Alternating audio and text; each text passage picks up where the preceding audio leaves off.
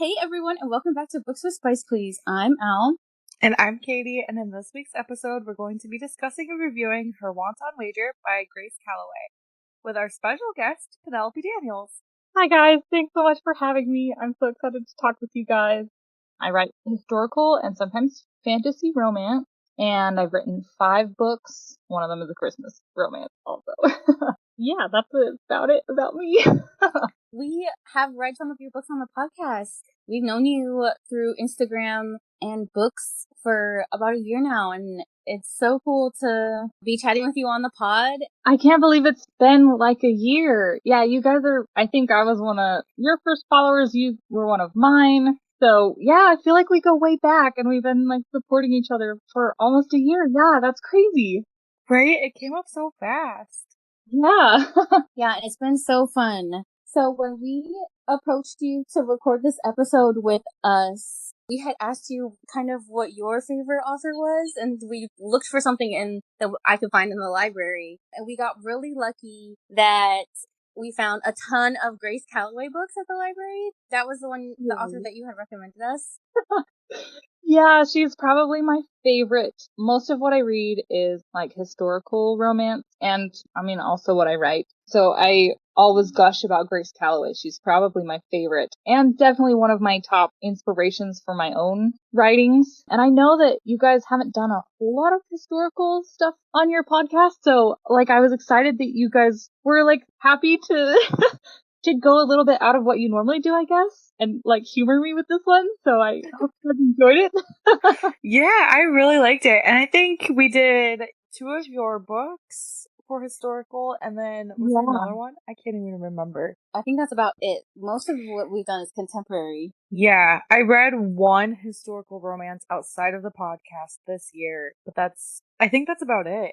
I read all of Bridgerton, but that was all I have read in historical other than this novel. Or no, I read a Christmas one that was really, really spicy in December. Wait, didn't you guys read The Lady of Something Manor? Crooksgrave Manor. Yes, yes. Okay. I think we can count that as a historical. It feels very historical when you read it. It does. I didn't read it, but I put it on my list because of you guys talking about it, because it sounded great and really different. I highly recommend it.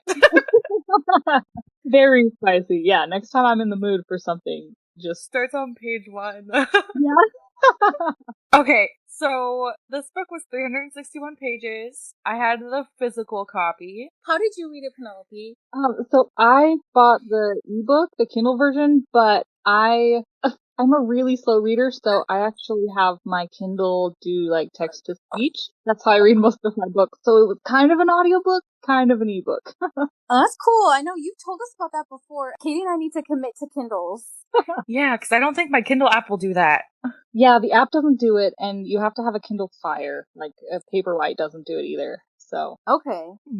I have Kindle, like the kids' Kindle Fire tablets. It's pretty nice. I probably read twice as many books that way because like I'll be reading and then I have to go wash the dishes, so I'll just like turn it on and it'll read it to me.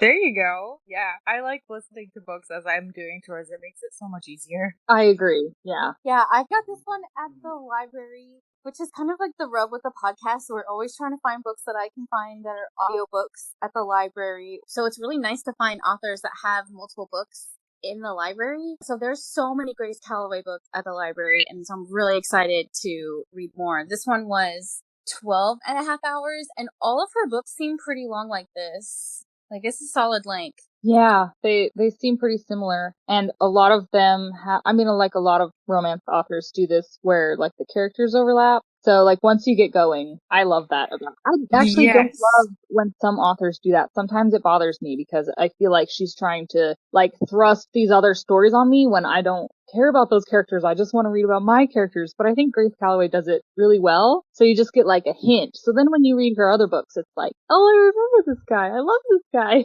And yeah, I was reading it too and kind of guessing, because I know this is part of a series, but I'm guessing, I haven't looked it up, that the first book was about Morgan and his wife Helena. And I feel like there's probably more stories like with, I don't know, there's We'll talk more about like the police officer and Lady Draven later. I feel like there's something there. Yeah. So when I read a book for the podcast, I try to find reviews to also kind of see what other people had talked about it and what stuck out to some people, and I can kind of compare what I thought about it before we talk about it. And so I was trying to find somebody who had made a review for this book or Grace Calloway, and I found somebody who arced this book in like one of her historical month things, and she had read a bunch of Grace Calloway, and she said that there was like in this series a story with a police officer and a single woman. I think you're right that the first story is about the two characters, and I really agree, Penelope, that it was really sprinkled in. It doesn't feel like forced. Like some authors will do like an epilogue in another character's point of view. Yeah, and sometimes it's not done well. Like, sometimes it bothers me, but I think it's okay in her books. I don't mind it in her books. So I'm definitely interested to read more in this series, because I think there's only 4. Yeah, I think she has, wait, what's the series called?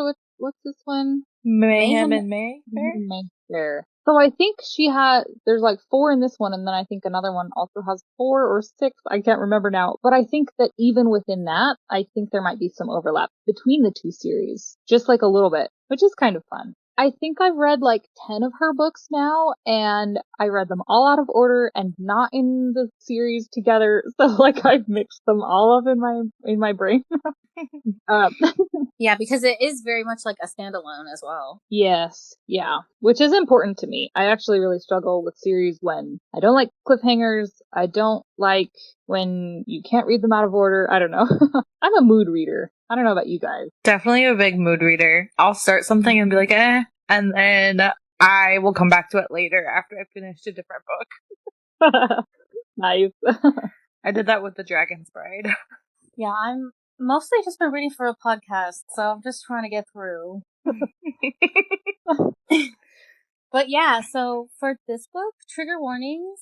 Remember, we are an 18 plus podcast, and content warnings for this book that we have here. It says mild violence, there's blood mentioned, past childhood abuse and neglect is mentioned. Child sexual assault happens off page as well. Like, it's mentioned. It's not, like, talked about, though. A lot of it is pretty brief, I felt like. Just at one time, he's waking his wife up with sex, basically. So she's not, like, able to give her consent. You know, I don't know. I don't know if that's a thing that needed to be mentioned. Was it consensual after she woke up? Yeah, she was enjoying it, I think. I mean, yeah. It made me think of Ice Planet Barbarians when Georgie was asleep and he starts going down on her, and people pointed out that that was like not super consensual because she was asleep. So I just wanted to throw that out there. I don't know. Yeah, people do need to know some things. That's why we always have you check online for any other trigger warnings. So do you have anything that you about Penelope? I was just thinking of that scene. Like, that is a tricky one, I guess. But, like, it's different if you read their story, because I have read their story. So once you've read, you know, like 350 pages of them having a relationship and having sex, then, like, the scene doesn't, it hadn't even occurred to me that might need to have a trigger warning. I just always feel like it's better safe than sorry. So, yeah, like, it's good to mention it rather than not. Yeah. And of course, always just double check trigger warnings in case we miss anything. Yes. Read safely, my friends. And from now on, spoiler warning. Do, do, do, do, do. So that brings us to our characters. We've got Persephone, also who goes by Percy Fiennes. She's our main female character who is described as a hellion for speaking her mind and acting on impulse, and seemingly gets into trouble quite a bit, but really wants to turn it around in order to get a good match with someone in the upcoming season. It was her father's dying wish that she did so. It's important to note too that she believes in love. I thought it was cute that she went by Percy. Can I just say that? Like, it's a boy's name and you don't see that, and I thought it was cute. I liked it too. It's very fitting for her, I think. Yeah, I agree. Yeah, then we have Paul Fiennes, who is Percy's brother. He suffered a disappointment in love, and he hasn't really recovered. And he's been having a lot of trouble gambling and drinking. Right? He's been drinking. Yeah, definitely he's a mess. Poor boy is a mess. So I wanted to ask, since you read the first book, which is that Nicholas and Helena's story? I think so. Yeah, I Okay. definitely read their story, but it was a lot, like, over a year ago. Okay. Do you hear any more about Paul's heartbreak in their story at all? No, actually, and that's kind of something at least I hope not, and I'm not just forgetting it. If there is a book about him, I haven't read it. A book that like talks about him, so maybe there is. Maybe Oh. like later in the series, and I haven't read that one or something. I was thinking he would end up with Charity since it was hinted that she like had a crush on him. Yeah, I mean, and maybe that's the next book or something. I don't know. That was something that I thought about the book is like, oh well, what happened to him? Like he needs his story. Nothing was Yeah. resolved at all. No. Then who's next? We've got Gavin Hunt, owner of the Underworld, a notorious gaming hell in the Covent Gardens. Am I saying that right? Covent? I think Covent? so. Coven? Yeah. Gavin believes that love only exists in novels and the, I quote, mind of feather-brained females who read them. I love that. Yep, another boy who's been spurned by love, or doesn't believe in it at least. It seems like that's so many romance novel heroes. I feel like it has to be a trope for sure. Yeah. Yeah. I feel like we actually just covered one that was like that. There was another one who didn't believe in love. Yeah, Sweet Fate. Oh, yes. That's right. Sweet Fate. Yeah, the dirty sweet duet, I guess would be better to call it. Yeah. Yeah, I liked Gavin Hunt better. Yeah, you didn't like him at the end there. That was sad. Nicholas Morgan, the Marquess of Hartford. He's a co-owner in the shipping company that Paul and Percy's father created, the same one that Paul gambles away. He's talked about being a big brother figure to Paul and Percy, and he's close to the Fiennes family. Yes, and then we've got Lady Draven. She's seems like a wise older lady that Percy kind of looks up to. Mm-hmm. I can't remember. I think she's a widow, isn't she? Yeah, I think she appears in the other books too. She's like that ideal, independent, like older woman that that I always look up to in my life. Like, yeah, you're living it, you know? Yeah. Yeah. Yeah, I like her character a lot. And the Me too. advice she gives. Yeah, she reminded me of like Lady Danbury in the Bridgerton series. Like it's a character thing, right? That happens in lots of Another trope. books. Another trope? Yeah, definitely another trope. I need to read Bridgerton. I haven't read it either. Yeah. It's pretty good. I haven't really read much historical. I loved Gossip Girl, so it was really my style. And then we've got Stuart. He is Hunt's mentor and like a father-like figure throughout Hunt's life. And then there's a bunch of other club owners that are mentioned. There is like multiple murder mystery plots going on in this story. So there's tons of characters, tons of action, a lot happened. I was really kind of blown away, all of it, honestly. I know, and I don't really go into detail either with the notes on a lot of the different murders that happen. I felt like a lot. I wasn't sure. I felt like this book was kind of harder for me to make notes on and do an outline on, and just try to focus on Percy and Hunt. But there's a lot going on in the background. Yeah, let's dive right in. So we basically covered chapter 1 in those character descriptions, and we're gonna go into how we are introduced to Gavin Hunt in our story. He is having sex with a woman in his office. We find out that he wants Fiennes shares of the shipping company so that he can control Nicholas Morgan's company and set his plans for vengeance into action. Apparently, Morgan was the reason Hunt had spent 10 years in the hulks for a crime that he did not commit. Yes, he is very revengeful. I kind of love that we just know that from the get-go. Like okay, he's a romance hero, so obviously he's like filled with passion, right? But a lot of it is like manifest in anger and vengeance, and he has a lot of feelings. You know what I mean? Yeah, he is a very passionate man, and he is very determined. This has like been a long time coming too. Mm-hmm. Yeah. So Percy goes into Hunt's office disguised as a man, which was very clever of her. But Percy knows right away that that is not a man. He doesn't let that on. and he finds out that the person that is there to talk to him is her brother, their brother, out of trouble. He's like getting mad at Percy because she does. This is what I loved, is that she did give her name, but she pretended to be a boy. It was like kind of confusing for me at first. I was like listening to the book and I was like, okay, I know that her name is Persephone because I read the back of the book, but she goes by Percy the whole time? And so I thought that was really cute as well, like how this scene played out, because he continues to call her Percy, and it was so cute. But he gets mad at her for suggesting that he should be afraid of Morgan and starts towards her. When she jumps to her feet and tries warding him off, Hunt thinks to himself, nothing roused him more than a chase. He calls Minx when he exposes her disguise, and after he does, they finally make headway on an agreement that could save her brother Paul from his debts to Hunt. And she leaves his office with a leap to decide if she should accept his bet. And this is how Hunt describes their bet. I quote, "A wager of seduction, if you will. My carnal skills pitted against your notions of love and fidelity. In short, I shall attempt to divest you of your virginity, and we shall see if you can resist." Yeah, I wasn't expecting that. Can I just say that I, at some point in my life, need to be called a naughty minx by a man? That's yet to happen to me, and that needs to happen. Right? The language and the names in this book are very new to me, because I haven't read much historical romance, but I love them. I love that he calls her a minx.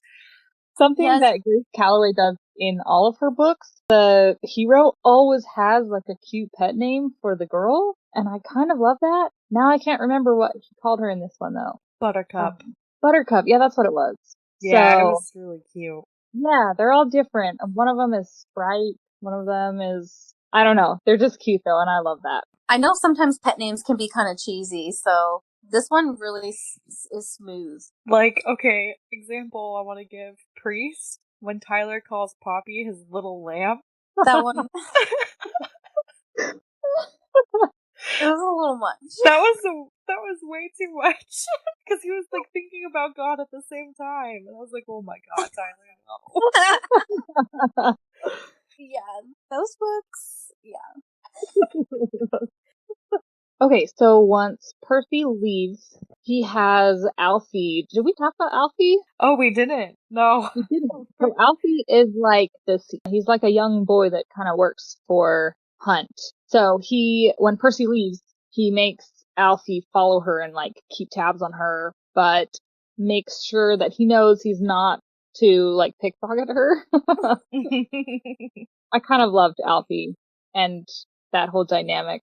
Yes, I loved it too. So then we get some more of Hunt's backstory, and we learn that when he was 10, when his mom abandoned him, and a sweep named Grimes came by and offered him an apprenticeship, which Hunt deeply regrets taking. Grimes kept his apprentices caged like slaves. Morgan was among them, and Hunt had begged Morgan to take him with him, but instead Morgan had, quote, knocked him senseless. Then when Hunt came to, he was surrounded by flames and then blamed for the fire. And that's why he spent 10 years in prison, and that's where he met Stuart, who kept him under his wing. And in that fire, the guy that they were doing the apprenticeship for was murdered. So there was like this extra layer of bad to the whole situation. And that guy was a total creep on those little boys. Seriously. Ugh. Yeah, it was not good. And then we have Gavin Hunt's spicy fantasy about Miss Fines to talk about. And here are just a couple quotes. He could picture Percy's blue eyes widening as he fondled her, tweaking the buds between finger and thumb. Her mixture of naivety and wantonness inflamed him. He would taste one saucy nipple, sucking one cheek then the other, until she began to squirm and buck against his hand. He fell back against the pillows, panting, confounded by the power of his release. What was it about that bloody chit? It was very detailed. I had to go back and make sure it was just a fantasy at first, because I was like, wait a second, did I miss something? No, that also confused me, actually. That was a weird, she stopped saying that he was imagining it, and he was just talking about it like it was happening. I Yeah, know. Yeah. I was like, all right, wow. I know, and I was impressed that he didn't sleep with anybody during this whole time. Like, it was just him and his hand the whole bit of the bet. Yeah. So this just sets us off here. So Percy confides to her friend Charity about everything from the debt her brother has gotten himself into all the way to the wager that Mr. Hunt had offered. And Charity tells Percy that she should write to her mom, the Marquess of Hertford. And in the end, Charity offers to go and see how Paul is doing for Percy. So her mom is like on a trip out of town. So she's kind of there by herself trying to help her brother. But her friend is trying to get someone to help her with what's going on here. But we learn a little later that Paul is not doing well again. Like, he's doing work and he's tired of hiding and ready to hand over his whole inheritance. And this is what makes Percy decide she's going to take Gavin Hunt up on his wager, because it's a Wanton wager. This was one of the things that made Percy, feel really relatable to me, because this is the kind of thing that I do. Like, I get myself in trouble because I'm like, well, I need to help somebody else. Like, even if it's not good for me, I'll do it for them instead, because helping them is, more important than my own happiness. That's a problem that I have. But Percy was like that too, so I don't know, I related to her a lot in that. I agree. I think being a parent, that's kind of like your first instinct all the time, and so I agree. Like, you're always kind of worried about taking care of everyone around you. She really cares about her family. It's one of the most important things to her. Percy, I mean. Yeah, which of course that's your instinct, but her family has not been amazing to her. No, they had expectations of her that just were not Percy. They wanted her to be completely different than who she was. Yeah, totally. And Paul is maybe a little bit of a deadbeat. He's just gambling all the time and drinking, and yeah. I thought it was good though at the end. I don't know if we have the notes on it, because it's more of a Percy and her mom moment. But her mom does tell her at the end, everyone is proud of you and everyone does love you. And Percy is really having that breakdown moment of accepting herself and accepting that the people around her do love her. I love that scene too. I kind of wish that her dad had been there too, because it seems like that's where some of the stress from her came from. Yeah. But yeah, to have that conversation with her mom is really nice. Yeah. And then one afternoon, Percy is out shopping when a little thief steals her maid's purse and she has to run after him. Mr. Hunt swoops in, and he had staged the whole thing to get a moment alone with Percy. He claims to be there to remind Percy of their wager, and she tells him that she would never like someone like him. This angers Hunt. He has her pressed up against the display case. She ends up slapping him, and he admits to deserving it. I really liked that part. I thought that was great. But he then dares her to kiss him as a way to prove that she wouldn't be affected by him, and she agrees. I quote, "'Tis to be one kiss only, no touching or anything else of the sort." And it ends when I say it ends. And then I quote, "He lowered his mouth to hers. At the contact, he felt a tremble of awareness pass through her, and damn if he didn't feel a jolt himself." We learn that Percy had only ever kissed 2 other men before. Simple little pecks. Yeah, these society ladies are not even supposed to do that, so it's kind of a big deal that they be kissed. They're not supposed to be kissing people at all, even little pecks? No way. Ooh, very scandalous. I imagine it was a childhood thing, Paul's friends when they were 12 years old or something, that's what I imagine. Oh, yeah. So, yeah.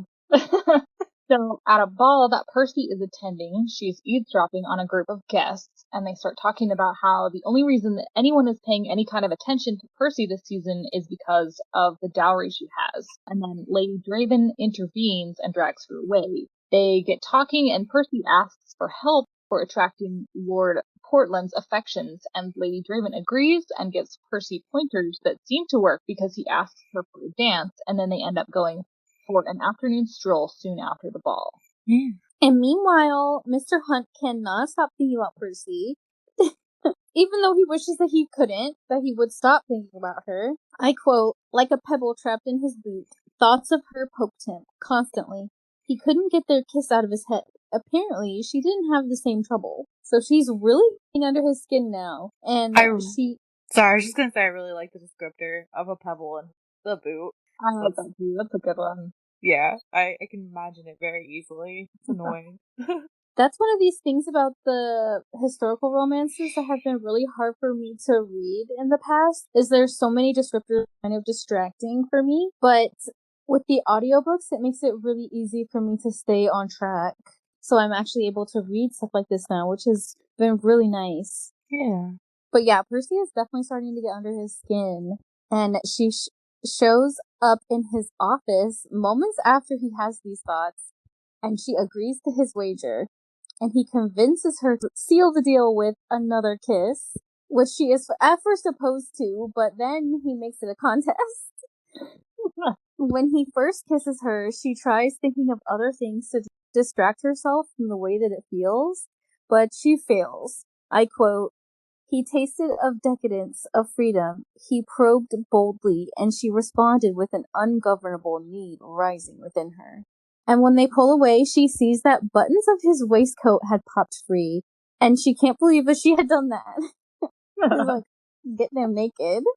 She's very lost in the moment. Mm-hmm. And later on, when she's left his office, she's reminiscing about it, and she thinks to herself, I quote, dash it all, I am not a wicked girl. Hunt caught me off guard. That was all. I love that. It's like the first, like, she's starting to crack. We already know where it's going to end, of course, but it's just fun to, like, watch her. I know, yeah. He's so set on it. Like, his need to win the bet all the way to the end, like, was really impressive to me. He takes, yes. He was very confident. So was she. She was very confident as well. They're both really competitive, I think. Yeah. It was a good match. I thought so too. So we're going to briefly go over Percy's stroll with Lord Portland. Unbeknownst to her, Alfie was watching and reporting the whole outing back to Hunt. Her mind is preoccupied with thoughts of Gavin Hunt most of their time together. I don't know if you guys want to add anything, but their time together seemed kind of boring, so I didn't really have much to say about their stroll. Percy herself was pretty bored, so... Yeah, exactly. But this is what Alfie had to say, and I'm going to try to read this quote as best as I can in this dialect. She and that carroty-pated get been wearing their... Okay, I don't know if I can read this out loud. Al, can you read this quote? I'll try it. Okay. She and that carroty-pated get been wearing if I walks with a stick up his arse and bends his elbows more than a penny whore. Yeah. Okay, I didn't understand this whore reference. He bends his elbows more than a penny whore. I don't know. Is that a historical romance thing? I don't know either. Okay, because I was like, I don't get it, Alfie. What are you talking about? I think, like, when you're bent over, your elbows are bent. I don't know. I have no idea. But I thought it was funny. I really liked Alfie. He was funny. I liked him too. Yeah, I'm not sure what that means.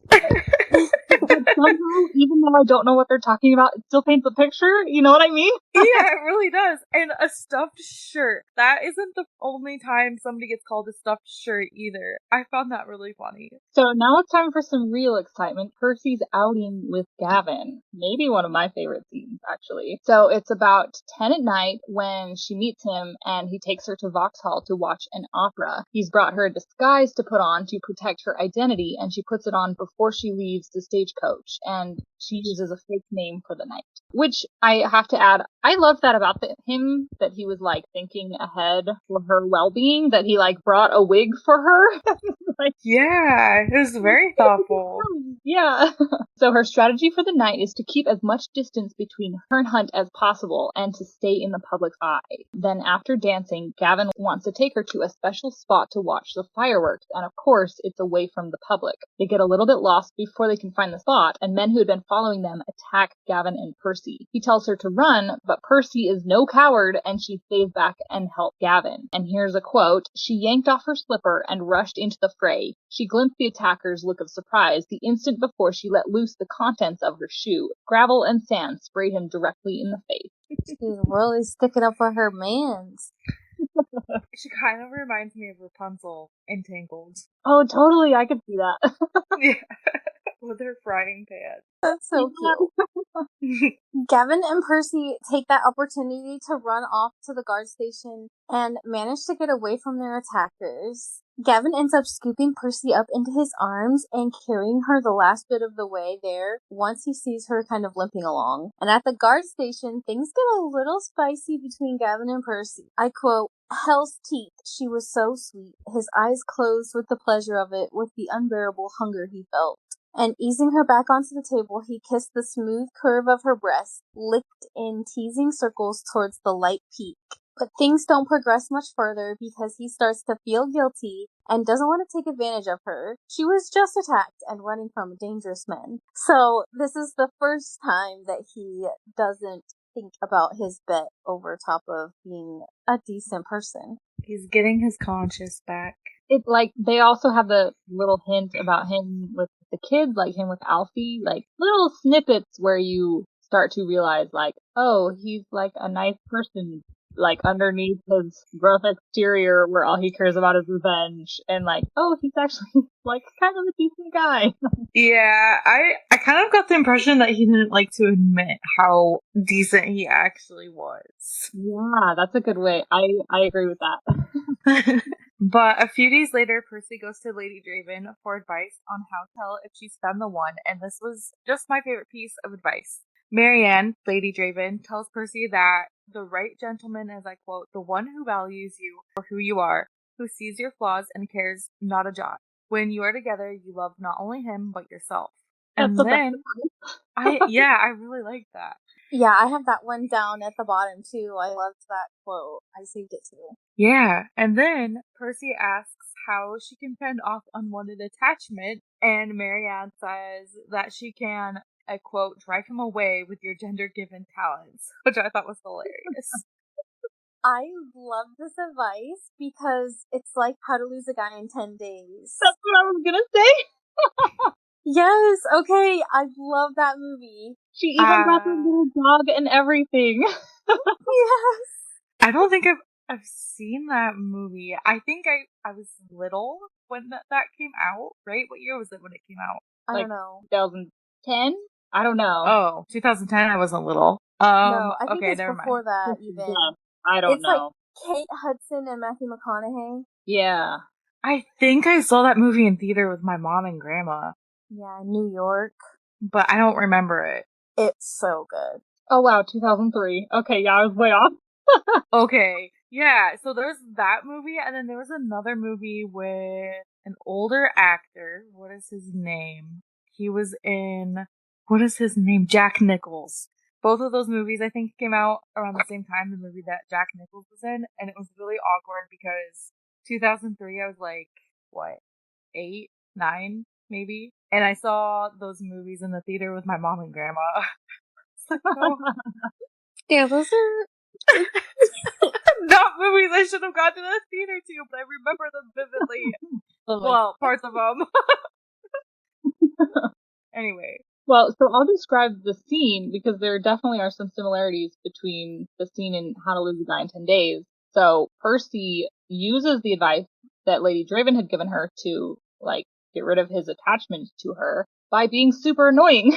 So the next time she meets, she has lots of perfume that makes Gavin sneeze, and she is really chatty and talks and is just generally annoying in her conversation. And then, of course, Gavin sees right through her, that she's trying to irritate him on purpose and, quote, doing a damn good job. She also has, like, he thought, I love the description. He thought that she brought, like, a little handbag with her or something, and then, like, its head perks up, and it turns out it's, like, this tiny, gross little dog. Yeah. Which she does in How to Lose a Guy in 10 Days. She brings her little dog and then, what is it, pee on the pool table or something? Yeah. She bought him a dog. She, like, left him a dog. Yeah.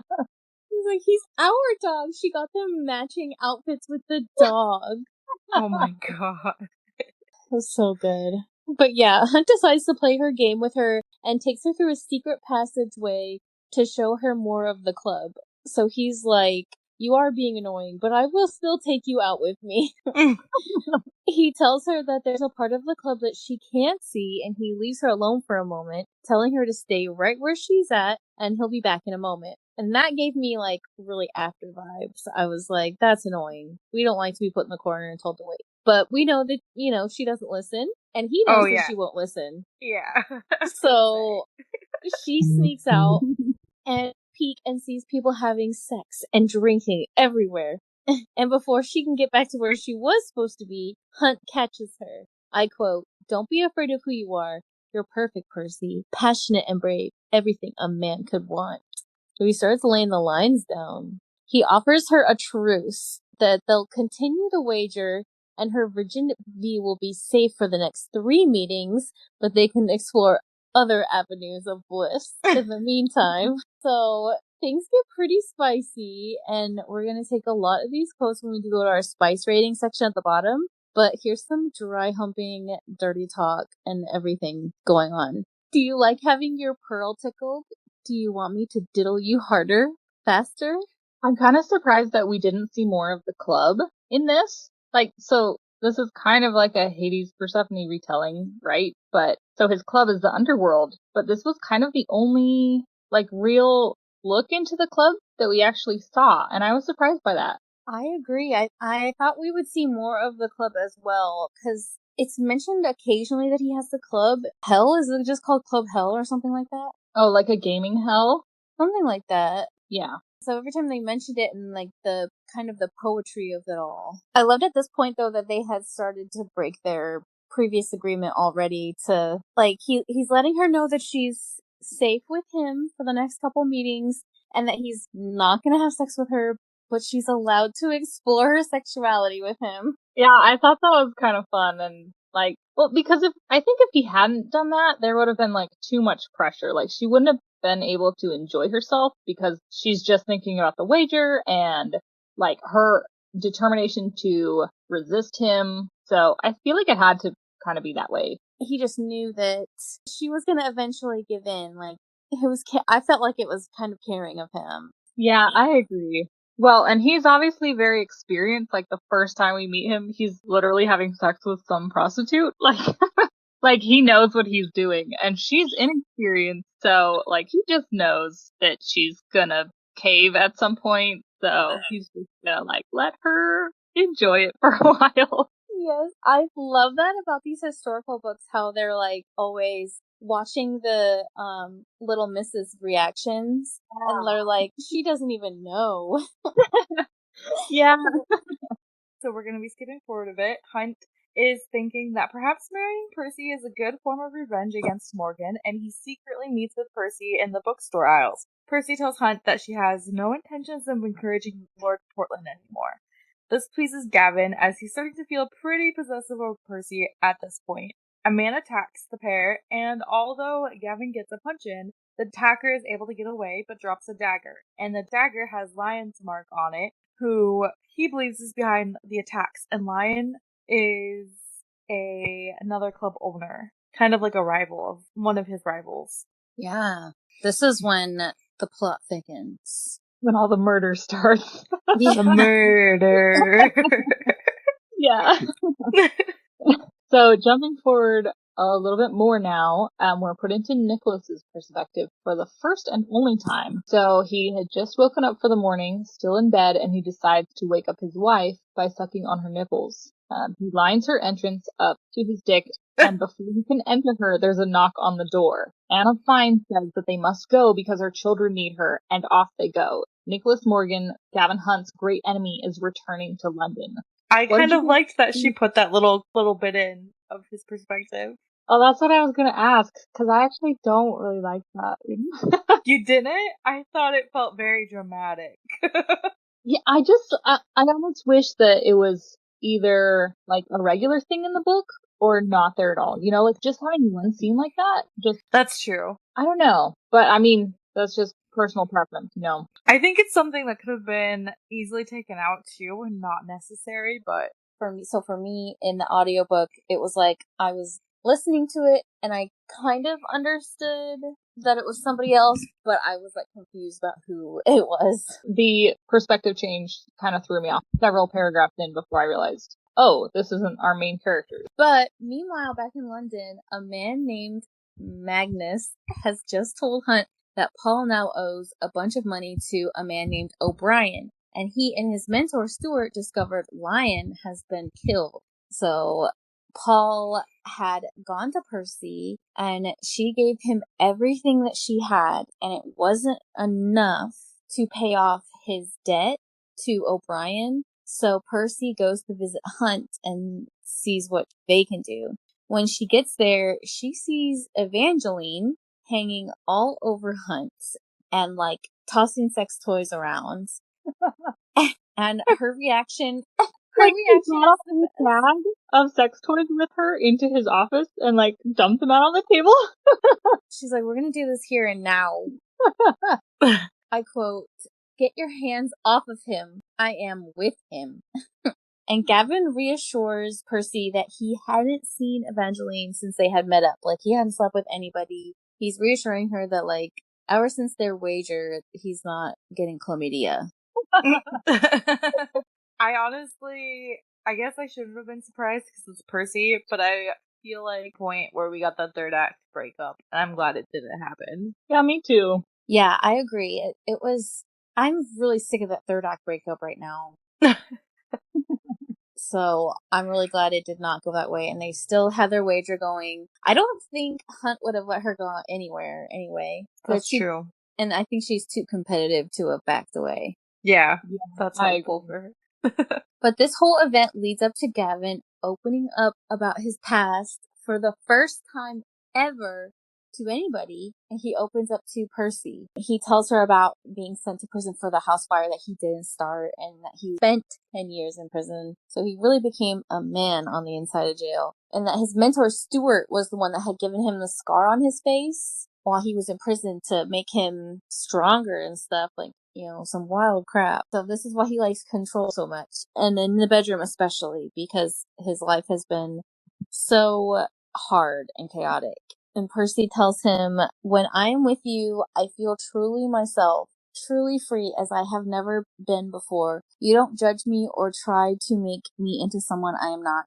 And I desire you. Being in your arms is the best place I've ever been." And it's after this conversation that Hunt tells Percy he will pay off Paul's debts and ask O'Brien to have him barred from his premises. So, comes in handy to have the local casino guy as your boyfriend. I kind of love the whole trope of, like, the guy with the tortured past who has learned from life that it's not okay to ever be vulnerable with anyone. And then some girl comes along and is like, she's so soft, and then he's like, oh, okay, well, maybe I can let down my walls a little bit. Like, I know that's like, I swear that's like half of romance out there, but I kind of love it. Me too. Okay, and I need to shout out L.M. Drew's book that I just read, Trapped in Gurori, because that's the trope in the book too, and I love it so much. It's my favorite. Yeah, Katie likes a broody boy. Love the birdie boys. Oh, me too. Who doesn't? Yeah. Also love a boy in touch with his emotions. And just side note, I was watching the NFL draft with my grandparents earlier, and one of the guys, he was talking about how he's really into manifesting and journaling with his mom, and I was like, oh my god. Wow. I know. This football player, and he was talking about it on the TV, and I was like, nice. Really? Good for him. I know, it was great. But anyway, that's side note. He's probably like, I don't know, fresh out of college, so probably only like 23, 22. Yeah. But anyways, Percy and Gavin get an entire night together, and we're going to talk about that next. She is supposed to be at Charity's having a little sleepover, but she spends the night with Gavin instead. Gavin gives her this beautiful brooch that is a golden feather with like a drop of ink made out of a sapphire. He had planned a romantic candlelit picnic for them, and I think this was my favorite little like date that he had set them up for. And he tells her that he wants her in all ways that he can have her. And here's a quote. "But I will win this bloody wager and you will marry me," he said with calm arrogance. "You know you want to." So definitely not the proposal Percy was envisioning for herself, but she knew it was coming nonetheless. And then he decorated her with like confection and licks it off of her. So this is another book with some food play. And afterwards they take like a nice steamy bath together. And he really, really wants to have sex with her. So here's a few quotes. "Feel how your pussy quivers, how badly it wants me to fill it. You need my cock inside you. Let me in where I belong."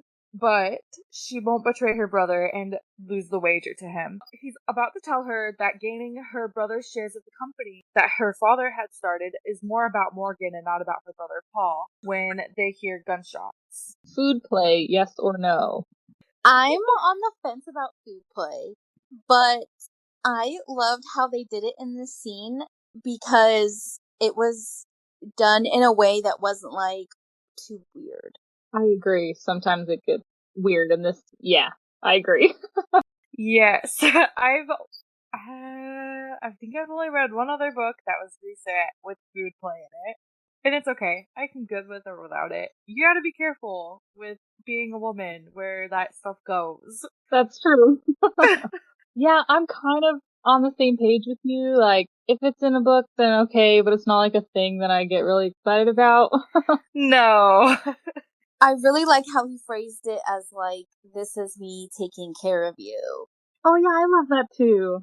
That was the part of it that like makes it different to me. I feel like if it's like, "Eat this food and it's so hot to see this go in your mouth," like that's a little bit like different than like, "I want, you're gonna listen to me and you're gonna eat because I told you to," you know? Yeah. Yeah, there's a kink, actually. I just learned about it, like feeders. Yeah.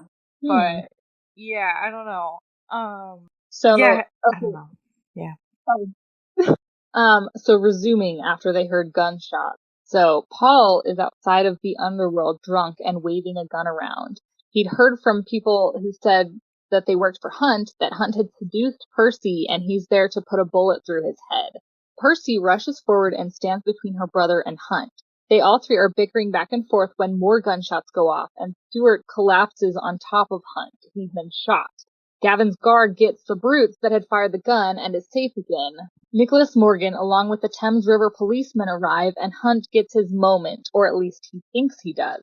Hunt declares Morgan had put an innocent man into jail once before, and Morgan has no idea who Hunt even is still at this point and is really confused. But then Hunt reminds Morgan about the boy he left to die in the fires, and Morgan reveals everything. He admits to stabbing Grimes in the heart, and Percy goes to comfort him, much to Gavin's displeasure. Morgan continues on and makes a comment about how he had hoped he would be able to find the boy he left behind someday to make amends, and Gavin can't believe what he's hearing. Morgan also goes on to say that he wasn't the one to set the fire, which Gavin also does not believe, and Percy trying to calm him down and showing support for Morgan just makes Gavin more angry. Gavin tries getting Percy to go with him, but she asks him, "Was this all about revenge, our wager? Would you have honored it if I had won?" Then Gavin tells her that she would never have won the wager and tells her that if she steps away from him to never come back again. In the end, Percy does end up leaving with Morgan and Hunt is left alone. What a scene. It was very heavy. There's a lot going on. Yeah, so much revealed. I know, and I still didn't trust Morgan at this point. Me neither.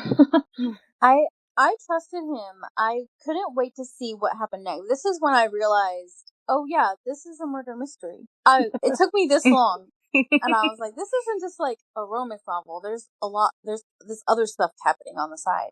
Not like just a romance novel, but you know what I mean? Like, yeah, a strong plot carrying it too, which I always appreciate. Not that a book that starts with sex on page 1, there's nothing wrong with that. Just, I appreciate the plot sometimes too. Yeah. Yeah, so that was it was really nice. It was that kept my ears perked, and it made it easier to like follow the story and keep my interest going. So it was really exciting. I think this is the first book that we've had on the podcast in a while too that really follows more than just a romance. Mm-hmm. Because we had Sweet Fate, which is all about Dylan not getting over himself and believing in love again, pretty much. And then you have like the Saint series. I guess the Devil's Night series, there's plot, but it's not like this. I liked this a lot. It was a nice change. Yeah, but I also felt like this scene was kind of like when Percy was realizing that Hunt, like she knew he had baggage, but she's realizing that if she's going to be with him, that this is the baggage that she's going to have to navigate. And I was glad that she stood her ground and then came back later. I like that too. Because then it's like her choice and she's not just going on a whim sort of And thing. being told what to do and listening. Yeah. Yeah. Mm-hmm. So now a few days have passed and Morgan has Percy guarded by Mr. Kent, the policeman. And Mr. Kent has to like follow her everywhere. She's forbidden to go near Mr. Hunt anymore. So she goes to a bookstore, but because the aisles are too narrow, Kent waits in the lobby of the store. And someone slips Percy a note, and the note is supposed to be from Hunt, wanting to meet her in the back of the store so that he can make amends. So she goes out to the back, and she's kidnapped. I knew immediately that note didn't sound like Hunt. I was like, Me Percy, too. come on. Yeah, seriously. That note didn't sound brooding at all. It doesn't. Like, come on. Yeah. But to make a long story short, the man that had told Hunt about Paul being in debt to O'Brien, Magnus, briefly mentioned him before, was behind the kidnapping. He was working with a man named Kingsley, who is another rival of Hunt's, and he was the one to set the fire all those years ago that put Hunt in jail. Gavin and Morgan, they come to the rescue and save Percy. She's unharmed. Both Kingsley and Magnus end up dead, right? I'm pretty sure they do. I think Magnus is left like for Hunt to deal with, isn't he? But they don't really go into that. It's terrible that I'm not positive. I'm not positive now either that I'm like talking out loud. Yeah, like 4 hours ago I finished this and I don't honestly remember for sure. Something happens. They're not a problem anymore. Yeah. But yeah. There's a lot that happened though. There was another fire, like a column landed on Hunt's leg, trapping him, and Morgan had to help, and Percy had to drag Hunt out from under it because he almost died. It was very dramatic. Yeah, that was really intense. He was like, "Leave me. Don't let me. I want to not die knowing that you're safe." And isn't that the first time too that he tells her that he loves her? I think so, yeah. It might be. It was a lot. So then, I guess everything's kind of resolved. So then we jump 3 months later, sort of like an epilogue thing. And Percy and Hunt have their wedding. He allowed Paul to basically throw him a bachelor's party. They all sat around telling stories and drinking, and it made him nervous to have sex with Percy because he'd never had sex with a virgin before. And, quote, apparently they bled, some even screamed a lot. I was like, oh my god, this poor man has been traumatized by stories. So when the time comes to consummate their marriage, Gavin takes his time and Percy basically had to beg him to have sex with her. Mm-hmm. And then he makes her orgasm 3 times.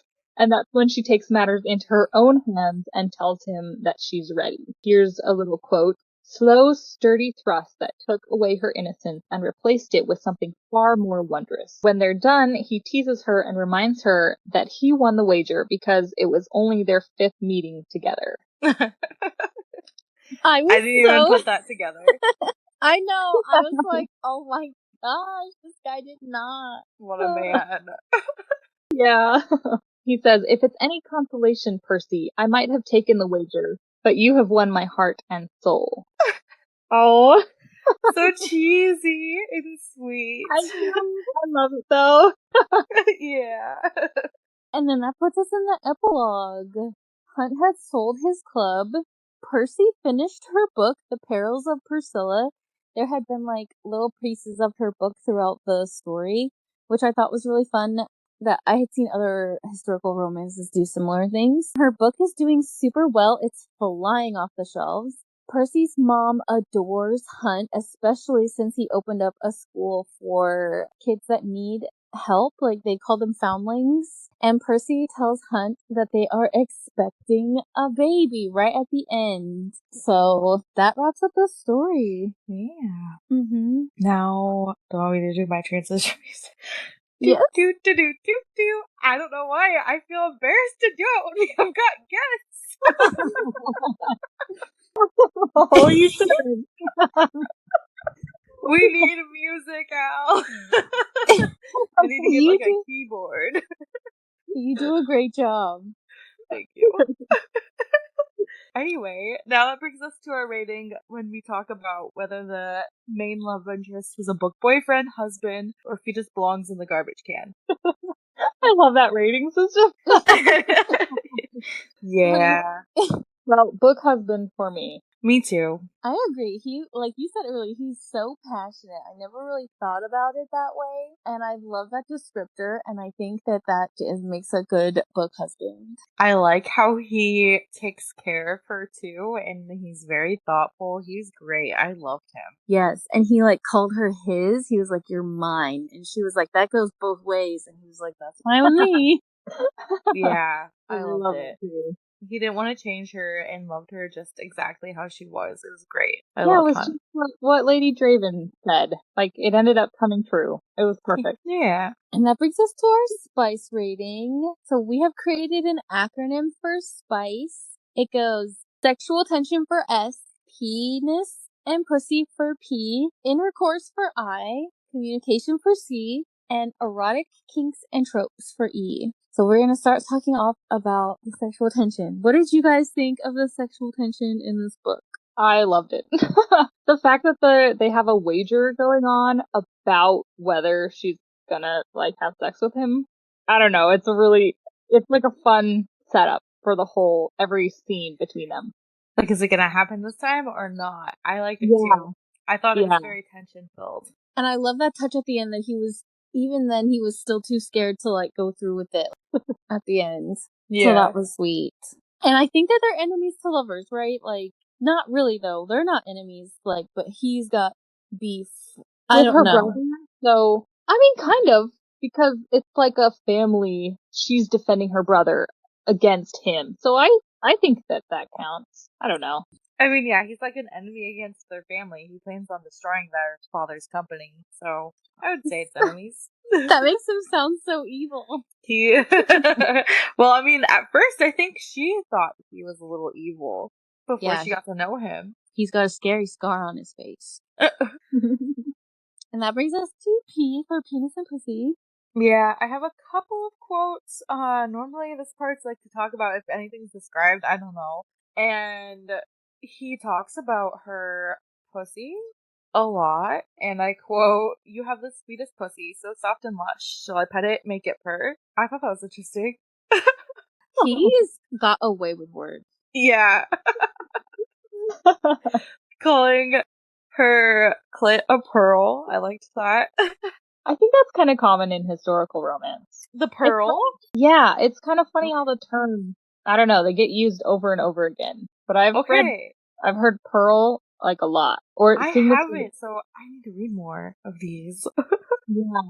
Or bud. I don't know if they ever see bud in contemporary as much, but in historical that's used a lot too. Yeah, I think I've heard bud a lot too. Okay. I don't know. I think bud happens a lot less. It's definitely, they say clit a lot in contemporary. Yeah, which I've never read in historical. That term is rarely used in historical. And, okay, so here, when Percy puts her hand on Gavin's penis for the first time, I quote, "Oh, her eyes were wide and curious. It's, rather forthright, isn't it?" Beneath her scrutiny, the Randy monster swelled further. I love this descriptor. Me too. Oh. There's never really too much to talk about that one. No, that's where the monster romances would come in handy with this section. So that brings us to I for intercourse. And they only have sex the one time at the end, right? Mm-hmm. There's a lot to build up, though, to it. He doesn't ever go down on her, does he? I think he goes down on her. Doesn't he? I thought he did.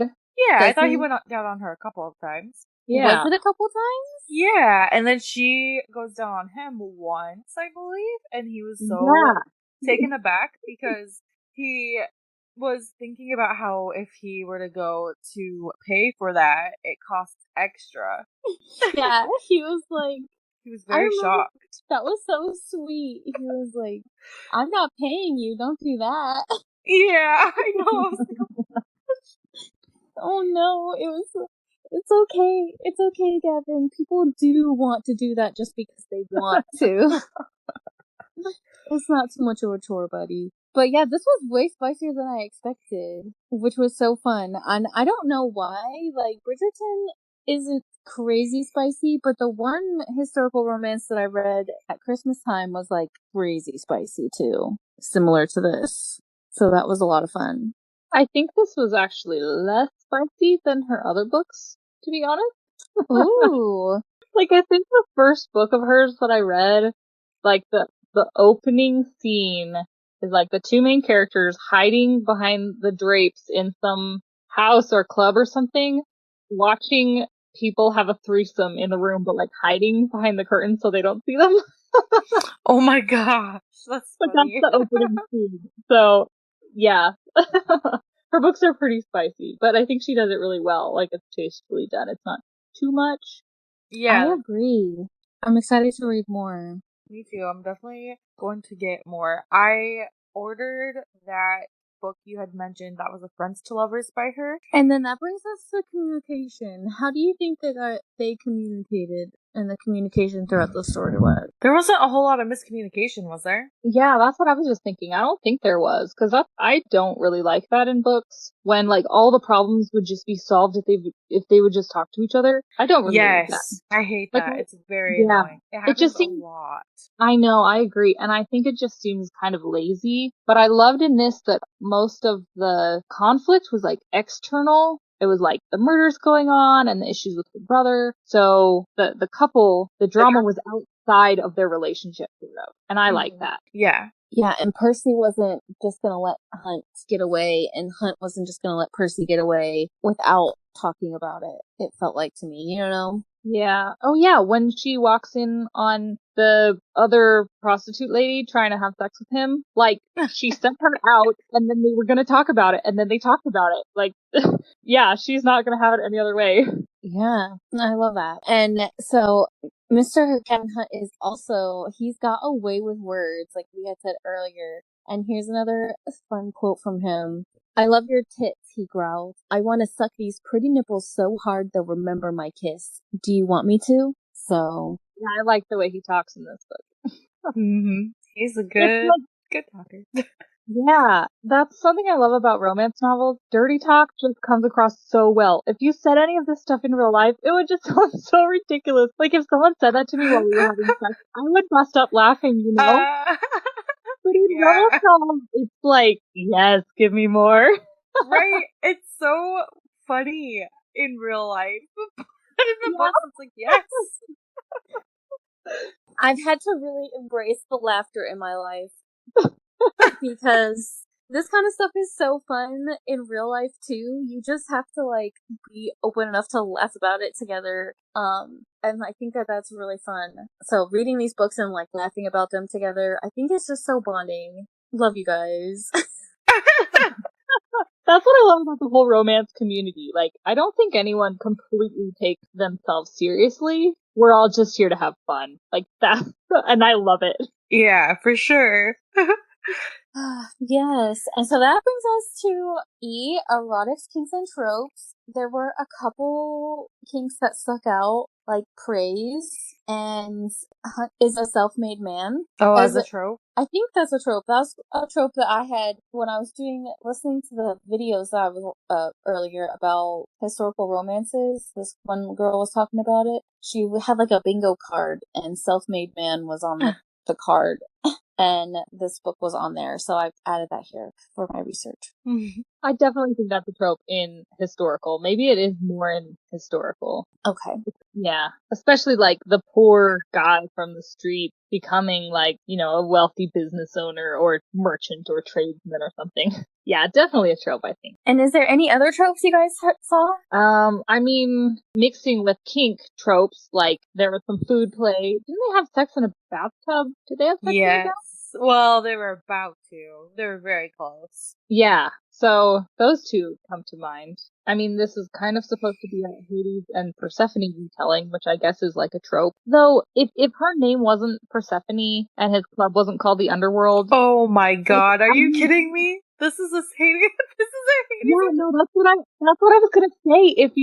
If her name wasn't Persephone, like you would never know that it was. It didn't really feel like it was to me at all. Yeah, but now it's so obvious that you say it. I'm like, oh my god. You didn't put that together already? No, I did not. I completely just didn't even think about it. But I was like, wow, there's a lot of Greek mythology in this book. Oh my god. Yeah. I just think it's super obvious though, so I don't think you should feel bad. Like, no. No, and I was about to say I really liked that it was kind of light throughout the story. Like their wager and everything was similar, but it wasn't like tacked down to the whole story of Hades and Persephone. Yeah.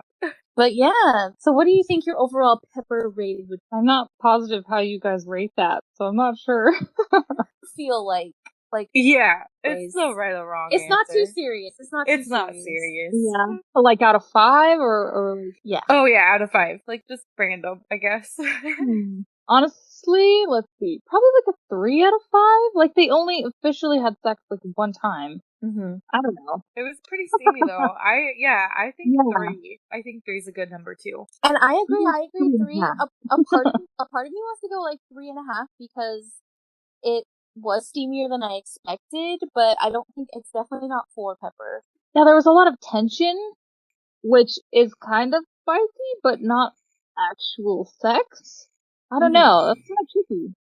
Yeah, I think that's a good point to make. That's why we added part of the spice rating as well. So we remember like that tension part is definitely part of the spice. I agree. It is a trickier book though to rate, I feel like, for spice, because they only do end up having actual like penetrative vaginal sex once. But there's a lot of like fantasies that we weren't sure were real or not fermented there. There were like the oral and there's some fingering, I think, but yeah.